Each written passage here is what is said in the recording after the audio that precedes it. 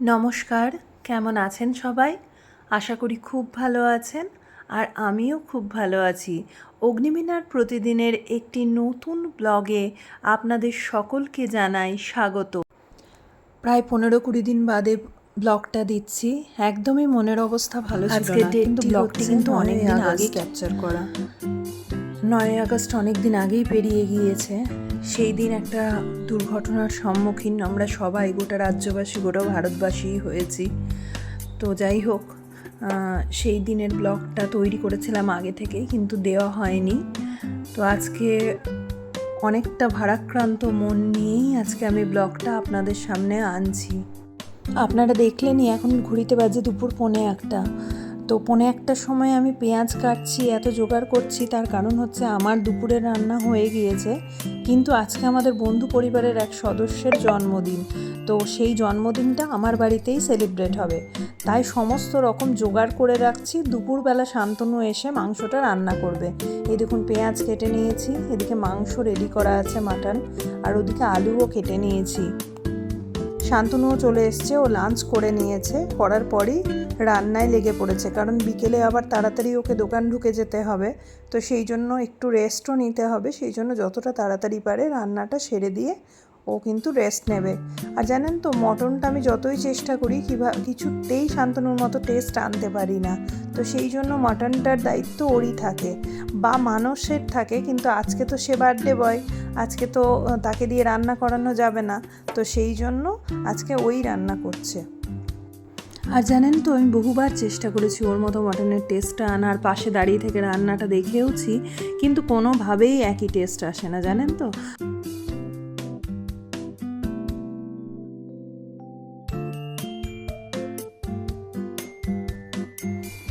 আর ও রান্না করলে এই একটা ঝক্কি, আমার কন্টিনিউয়াসলি পাশে দাঁড়িয়ে থাকতে হবে।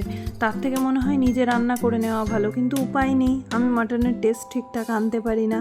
কন্টিনিউয়াসলি পাশে দাঁড়িয়ে থেকে জোগাড় দিয়ে যেতে হবে, প্লাস এত নোংরা করে রান্নাঘর, সেটা পরিষ্কার করতে আমার জীবন বেরিয়ে যায়। তো যাই হোক, কিন্তু উপায় নেই। এই দেখুন, আমি আমার লাঞ্চ নিয়ে নিয়েছি। আমি কদিন ধরেই ভাতটা অ্যাভয়েড করছি, মানে এত ওয়েট গেন হয়ে গিয়েছে, তো কয়দিন আমি ওই কার্বোহাইড্রেটটা অ্যাভয়েড করছি। তো সেই জন্য আমি দুপুরবেলা ওই শশা, একটা রায়তা মতো বানিয়ে নিয়েছি, ফ্রুটস রায়তার মতো, শশা, গাজর, ফল সমস্ত কিছু দিয়ে দইয়ের মধ্যে দিয়ে একটা ফ্রুটস রায়তা বানিয়ে নিয়েছি, ওটাই খেয়ে নিচ্ছি। একবার করে 1 চামচ করে খাচ্ছি, আর এসে ওকে জোগাড় দিচ্ছি। এখনই বলছে লবণ দাও, তো এখনই বলছে তেল দাও। এখন ঘড়িতে প্রায় 3টে বেজে গেছে, ও দোকান থেকে ফিরেছে প্রায় 2টো নাগাদ, তারপরে এইসব শুরু করেছে রান্না বান্না। আর সবার লাঞ্চটা এসেই হয়ে গিয়েছে, ও বাড়ি ফেরাতেই সবাইকে আমি লাঞ্চটা দিয়ে দিয়েছি, কিন্তু আমার না খাওয়া হয়নি, কারণ সবার জোগাড় দিতে দিতে তারপরেই ও রান্নায় লেগে পড়েছে। এইসব জোগাড় করতে করতে আমার আর খাওয়াটা হয়ে ওঠেনি। যাই হোক, ও জল দিয়ে ঢাকা দিয়ে একটু রেস্ট নিতে গিয়েছিল, আর তা করতে সন্ধেও হয়ে গিয়েছে। এই দেখুন, মানুষও চলে এসেছে, ওকে আমি আলুর দম বানাবো বলে একটু আলু ছাড়াতে বলেছি।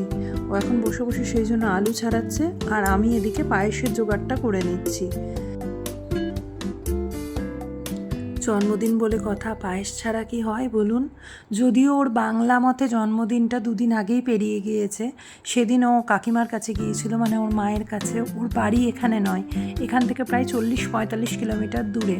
তো ও সেদিন বাড়িতে জন্মদিনটি কাটিয়ে এসছে, আর আজকে আমার কাছে জন্মদিনটি হওয়ার পালা। তো সেই জন্য যাই হোক, জন্মদিন বলে কথা, পায়েস ছাড়া তো জন্মদিন করা যায় না। তাই প্রথমেই চালটা ধুয়ে নিয়েছি, ধুয়ে নিয়ে সেটার মধ্যে একটু ঘি মাখিয়ে নিয়েছি। আমি যদিও ঘি মাখাতাম না, এই ঘি মাখানোর কনসেপ্টটা মা আমাকে দিয়েছে, কারণ কদিন আগে মা এসেছিল রায়ানের জন্মদিনে, তখন আমি পায়েস করতে যাই, তখনই মা বললো চালে একটু ঘি মাখিয়ে দে, তাহলে পায়েসের সেন্টটা খুব ভালো আসবে। এই দেখুন, পায়েসও আমার হয়ে গিয়েছে। এবার আমি একটু স্ন্যাক্স বানাবো, মানে ওদের জন্য একটু চিকেন পাকোড়া বানাবো। আর এদিকে আলুর দমের মশলাটাও মিক্সিতে রেডি করে নিয়েছি, কারণ অলরেডি সন্ধ্যে 7টা 7:30 বেজে গেছে, এখনই হয়তো সবাই ঢুকে পড়বে। এই দেখুন, কেকটাও চলে এসেছে, আর এদিকে পাতা, গ্লাস, কোল্ড ড্রিঙ্কস সমস্ত কিছুই চলে এসেছে। আমার ফ্রিজে একদম জায়গা নেই যে কোল্ড ড্রিঙ্কস দুটো রাখবো, পুরো ফ্রিজ ভর্তি হয়ে আছে। তো সেই জন্য টেবিলের ওপরেই নামিয়ে রেখেছি। টেবিলটা একটু গুছিয়ে না রাখলে লোকজন আসবে তো বসে খাওয়ার জায়গা পাবে না। তো সেই জন্য একটুখানি সরিয়ে নিলাম সমস্ত কিছু।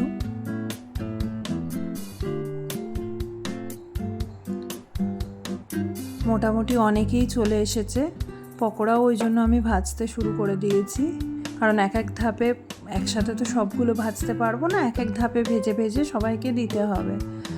তো যারা এসেছে আপাতত তাদের জন্য বসিয়ে দিয়েছি, তাদের পকোড়াটা দিয়ে চলে আসবো, তারপরে আবার যারা আসবে তাদের জন্য করে দেব।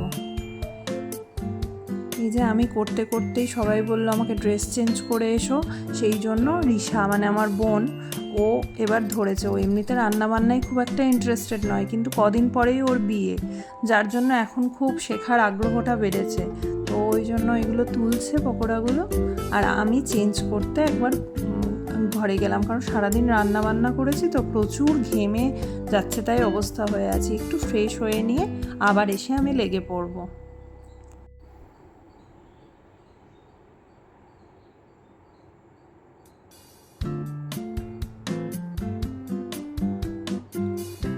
এই দেখুন এক ধাপের পকোড়া ভাজা কমপ্লিট। রিশা নিয়েও চলে গেল ঘরে সবার জন্য। এদিকে গল্প চলছে, আর এখানেও এক দফা গল্প চলছে। বাকিরা সব বাইরে গিয়েছে, ফিরে আসবে খুব তাড়াতাড়ি হয়তো, তারপরে আবার আরেক ধাপ পকোড়া বসিয়ে দেব। তা করতে আমি একটু আলুর দমটা করে নিই, বুঝলেন।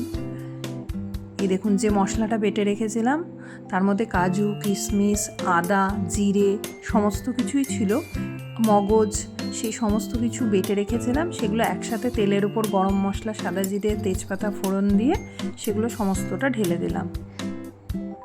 এবার আলুগুলো আগে থেকেই সেদ্ধ করা ছিল, আপনারা দেখেছেনই, সেই আলুগুলোকে এর মধ্যে দিয়ে দিলাম। এই রান্নাটা খুব একটা ঝক্কির রান্না নয়, খুব তাড়াতাড়িই হয়ে যায়, আর যেহেতু খেতেও খুব টেস্টি হয় সেহেতু এই রান্নাটাই করলাম আজকে। আলুগুলো নাড়ার পর কিছুক্ষণ নেড়ে নেওয়ার পর তারপরে কাসুরি মেথি আর ঘি দিয়ে নামিয়ে নিলেই রান্নাটা রেডি।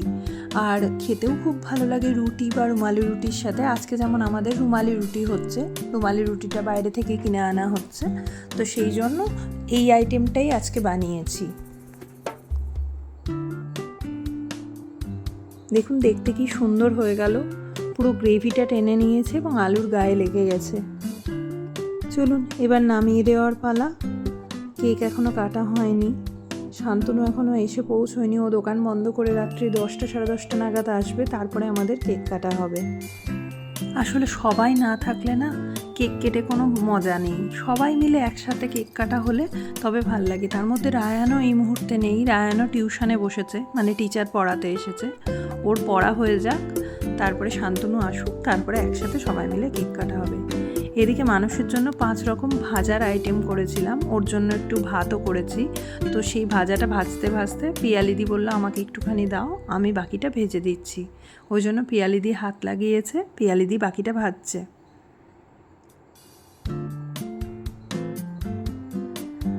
যেটুকু পকোড়া বেঁচেছিল সেটুকু পকোড়া ভেজে তুলে দেওয়া হলো, দিয়ে এবার ভাজাগুলি দিয়ে দেওয়া হবে তেলের মধ্যে।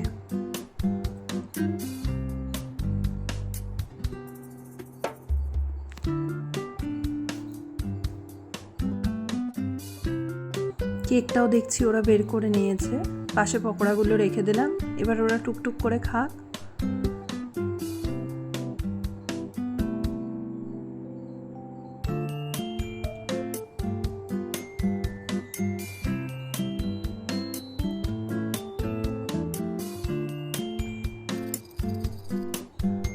হেসে লুটিয়ে পড়ছে রিমি, কিছু একটা কথা বলেছে মানুষ ওকে, যার জন্য ও হাসি আর ওর থামছে না। আমাকে জিজ্ঞেস করছে তুমি খেয়েছো? এবার আমি পিয়ালিদি দুজনেই খাইনি, রিমি আমার মুখে একটা দিয়ে দিল, আর আমি পিয়ালিদির জন্য একটা নিয়ে গিয়ে আমার মুখে দিয়ে দিলাম। আর এইটিকে দেখুন, এইটি চিংড়ি, এইটিকে আমরা চিংড়ি বলে ডাকি, রুহি ওর নাম, আমরা চিংড়ি বলি। এত চিংড়ির মতো লাফা ঝাপা করে, সেই জন্য চিংড়ি বলি। ওর নাচ শুরু হয়ে গেছে। আর এদিকে এই দেখুন রিশা দাঁড়িয়ে আছে, মামাইকে নিয়েও ব্রজদারা ঢুকে পড়েছে। প্রচণ্ড বৃষ্টি হচ্ছে বাইরে, জানেন। ব্রজদা গিয়েছিল মামাইকে টিউশন থেকে আনতে, মামাইও টিউশনে গেছিলো, ব্রজদা মামাইকে নিয়ে ঢুকে পড়লো। রেনকোটগুলো যে কোথায় রাখবে সেই জায়গা আর পাচ্ছে না, এমন অবস্থা বাইরে, ঝমঝম করে বৃষ্টি হচ্ছে। চলুন, এবার সবাই চলে এসেছে, মোটামুটি এবার কেক কাটার প্রস্তুতি করতে হবে। আর বেশ কয়েকদিন আগে থেকে না আমার কাছে একটা জামা কেনা ছিল মানুষের জন্য, সেই জামাটি ওকে দিলাম। কি সুন্দর লাগছে দেখুন ওকে পরে, জামাটা সুন্দর মানিয়েছে। কিন্তু দুঃখের বিষয়ে কোনো ফুল প্যান্ট এখানে নিয়ে আসেনি, তাই ওই হাফ প্যান্টের সাথেই ও জামাটি পরে নিয়েছে। বললাম কেক যখন কাটবে তখন নতুন জামাটা পরেই কাটো।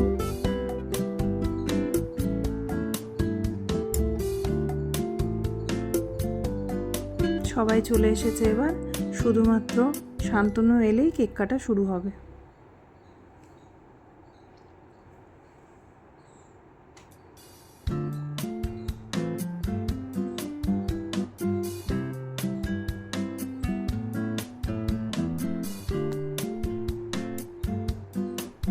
মাও একবার নেমে এসেছে নিচে, যে কি চলছে, কেমনভাবে অ্যারেঞ্জমেন্ট হচ্ছে সেগুলো দেখার জন্য।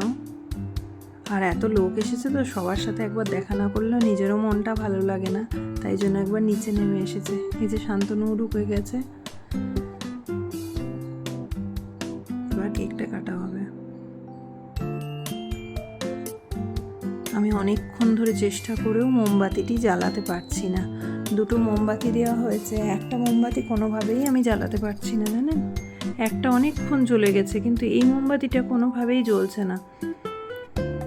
যাই হোক, এবার ওদের দায়িত্ব দিলাম মোমবাতিটি জ্বালানোর জন্য। আমি খাবার থালাও রেডি করে ফেলেছি মানুষের। এই দেখুন, রুমালি রুটি দিয়েছি, ভাত দিয়েছি, 5 রকম ভাজা দিয়েছি, মাংস দিয়েছি, আলুর দম দিয়েছি, পায়েস দিয়েছি, মিষ্টি দিয়েছি।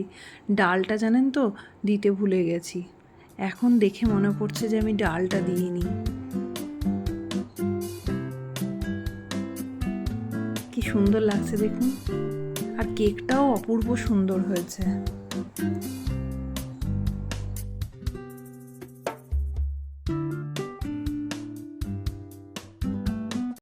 মানুষকে বসতে বলা হচ্ছে, যে ও বসলে বাচ্চাগুলো এক জায়গায় দাঁড়াবে, তারপরে একসাথে কাটা হবে কেকটা। সেই জন্য মানুষকে বলছি বসো তাড়াতাড়ি।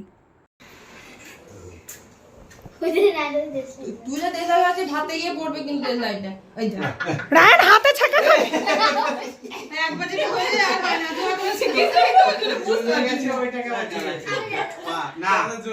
আরে দে দেশলাইটা ইয়েকে দে।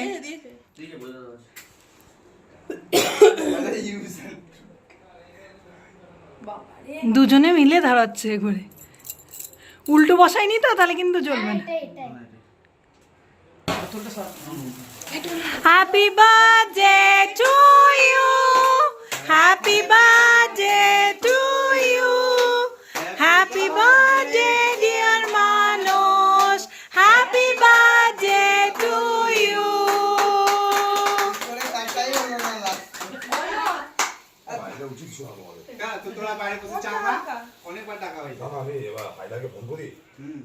জানি না, আমি বাইরে যাইনি, আমি এখন ঘরের ভিতরে কি করে বলবো বলো দেখি, তা বাইরে যাই আবার। কি হয়েছে কি? বাইরে বৃষ্টি পড়ছে। না, কমে গেছে খবর নিয়ে দেখি। আলু সিদ্ধ বাকে কোনদিন দেয়? ওই আলু সিদ্ধ খা ডিবিটা পড়ে যাবে, এবারে মাছ ভিডিও তো দিতে পারবো না, ওই অত চেঁচেলে হয়।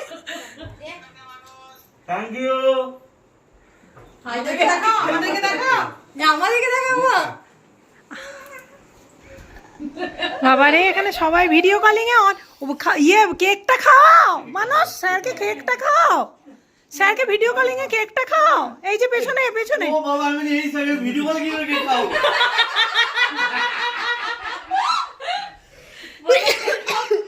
স্যারকে খাও। চলো এবার আমি ভাগ করি। ভালো আছে? এবার ভালো লাগছে মুখটা। আমাদের এক বন্ধু পরিবারের সদস্য এখন কলকাতায় থাকেন, উনি পিজি করতে গিয়েছেন, উনি ডক্টর, তো উনি পিজি করতে বাইরে গিয়েছেন। তো ওনাকেই আর কি ভিডিও কলিংয়ে আনা হয়েছে, যে কেক কাটার সময় আপনি না থাকলে কমপ্লিট হবে না বিষয়টা। তো সেই জন্যই কেক কাটার সময় ওনার সাথে কথা হচ্ছে। এই দেখুন, আসলে আমাদের বন্ধু পরিবারের সদস্যর সংখ্যা এতটাই বেশি যে কারোর না কারোর কোনো না কোনো অনুষ্ঠান লেগেই থাকে, আর সেক্ষেত্রে কেউ যদি না থাকে তাকে প্রচণ্ড মিস করা হয় এবং সেও প্রচণ্ড মিস করে। যেহেতু উনি দীর্ঘদিন ধরে এখন কলকাতায় আছেন এবং বছর 3 থাকবেনও কলকাতায়, তো সেহেতু আমাদের এই অনুষ্ঠানগুলোতে তাকে প্রচণ্ডভাবে মিস করা হয় এবং সেও আর কি ভীষণভাবে আমাদেরকে মিস করে, কারণ আড্ডাগুলো একসাথেই দেওয়া হতো। তো এই দেখুন, ক্যামেরা দেখে একজন আবার দাঁত দেখাচ্ছে। এই দেখুন, এদিকে আবার রায়ান পাপায়দা দাবা খেলতে বসে পড়েছে। রায়ান তো কাউকে সঙ্গী পেলেই হলো, সঙ্গে সঙ্গে চেসটা এনে নামিয়ে দেবে যে চেসটা খেলবো বলে। আমি বাংলার গান গাই, আমি আমার মুক্তির মন্দির সোপানো তলে কত প্রাণ হলো বলিদান, লেখা আছে অশ্রু জলে কত বিপ্লবী বন্ধু রক্তে রাঙা, বন্দিশালার ওই শিকল ভাঙা, কত বিপ্লবী বন্ধু রক্তে রাঙা, বন্দিশালার ওই শিকল ভাঙা, তারা কি ফিরবে আজ, তারা কি ফিরবে আজ, কত তরুণ গেছে অস্ত্রাচারে, মুক্তির মন্দির শুকানো তলে কত প্রাণ হলো বলিদান, লেখা আছে অশ্রু জলে। যারা স্বর্গগত তারা এখনো জানে স্বর্গের চেয়ে প্রিয় জন্মভূমি, এসো স্বদেশ পথের মহাশিক্ষানবী, সেই মৃত্যুঞ্জয়ীদের চরণ চুমি। যারা স্বর্গগত তারা এখনো জানে স্বর্গের চেয়ে প্রিয় জন্মভূমি, এসো স্বদেশ পথের মহাশিক্ষানবী, সেই মৃত্যুঞ্জয়ীদের চরণ চুমি। যারা জীর্ণ না, আজ এখন পাবে না ফোন। বিচারে যাবে তবে তোমার একবার কখনো প্রিয় গান গেছিল? বলতে আমি কথা ছবিটা শুনছি, আমি বলো লাইভ আছি। রাজা যাবে চলো এদিক সেদিক পাহারানি আবার ভুল হচ্ছে। কি গান বলে আমি না না, মাইনে শেষ। করতে চেয়েছিলাম সব কিছু গান বলতে চলে গেল।